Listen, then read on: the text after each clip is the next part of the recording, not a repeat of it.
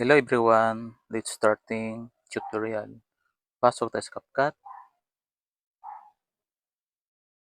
new project, add natin yung video, add one,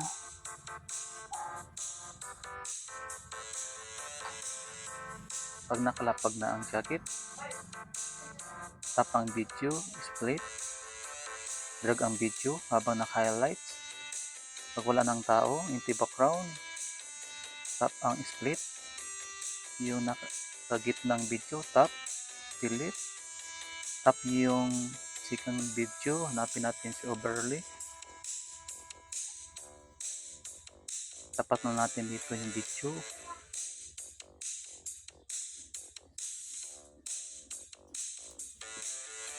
tap ang video, tap si keyframe,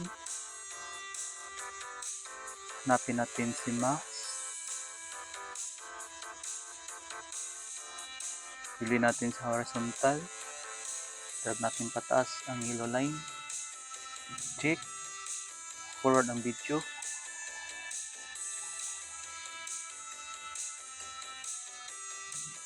tap natin si keyframe,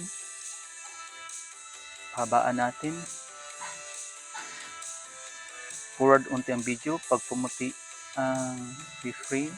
tap natin si mouse, baba natin yung yellow line, banti ang video,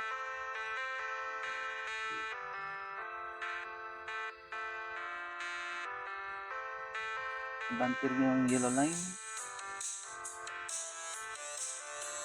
forward ang video,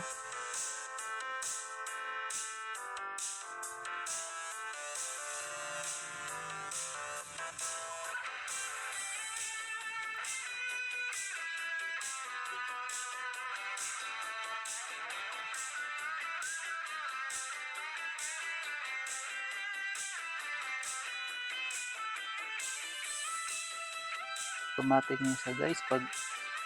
galawin ninyo yung yellow line, karoon siya ng keyframe.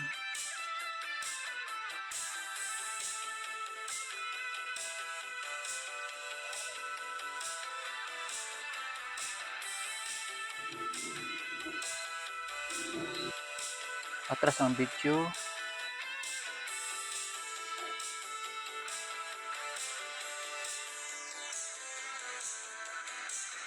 check, export,